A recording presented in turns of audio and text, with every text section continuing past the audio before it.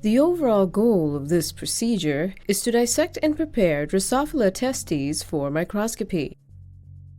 This is accomplished by first dissecting out testes pairs from the abdomen of male flies. The second step is to tear the testes at the appropriate level of development and to squash the testes to release the cells within. Next, the squashed testes are fixed and then incubated in primary and secondary antibodies.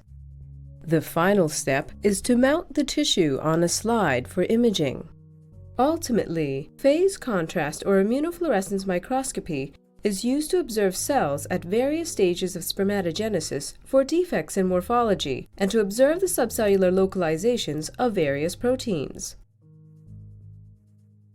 This method can help answer key questions in the field of developmental biology, such as the identification of critical roles of proteins during the progression of spermatogenesis.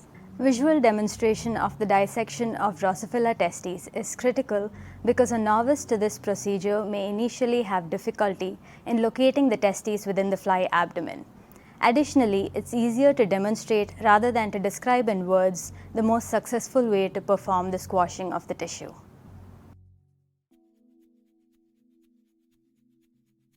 To begin dissection, anesthetize flies in a bottle or vial using a stream of carbon dioxide, then transfer the anesthetized flies to a fly pad.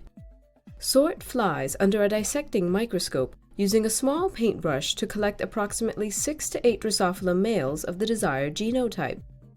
Next, remove the wings from each fly with forceps. This will prevent the flies from floating in the